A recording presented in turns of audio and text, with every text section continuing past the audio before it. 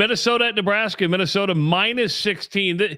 This line is unbelievable, Scott. Unbelievable. Nebraska 16-point underdog at home to Minnesota. I still can't believe it. Yeah, it's at least a touchdown higher than it would have been, I think, if Casey Thompson wasn't injured. And you're talking probably Minnesota in that 8 to 10 range, tops 10, and probably more likely around 8 or 9. And the only reason they'd be higher than 7.5 is because Nebraska, after Thompson went out last week, they just did absolutely nothing. Couldn't gain anything at all on the offensive side of the football. Now, I'm watching the first half of that game. I have to run down to the Circa on Saturdays and do a show for VSiN down there for 3 hours, but I'm kind of watching that good chunk of the first half of the Nebraska game, and they're moving the football. They gained over 200 yards against a stout Illinois defense. And then, of course, Casey Thompson gets hurt, and they can't gain an inch after that. And so, to me, it's like, I know that number is huge, 16, but if Thompson's unable to go, I mean, you got Logan Smothers. Listen, he might be a great guy, man, and I know a lot of people like him. They want to see him out there.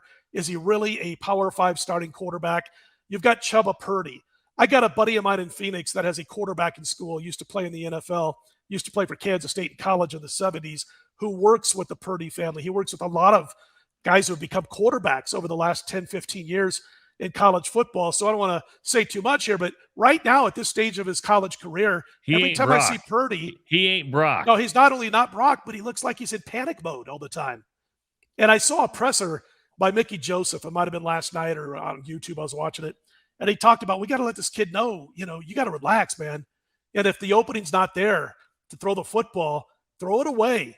Run with the football, even if you lose a yard. And a perfect example was last week when they're down 20-9. They're in field position to attempt a field goal at the very least. He's out there pushing the panic button and throwing a pick. The next thing you know, Illinois goes up 23-9. So you want to play that, or do you want to play a quality coached Minnesota team who has had issues at quarterback? I mean, they had to start a freshman a couple of weeks ago. But we got the better coaching staff, if you like Minnesota. And you got a better running back. Ibrahim's awesome. You got arguably, at least, before his injury last year or the year before, whatever it was, to me at that time, he was the best running back in college football. And so you got the better offense. You've got a team that knows what they're doing. And this isn't a knock against the Nebraska coaching staff, but as far as experience, I want Minnesota's coaching staff. And that's, not a knock against Mickey or anybody else on this Nebraska coaching staff right now. They don't stop the run. They don't stop the pass. They can't move the ball if Casey Thompson's not out there. Minnesota's 12th on the ground. They're 16th against the run. Jeez, I mean, it's Minnesota or nothing. So far, I've been Mr. Nothing.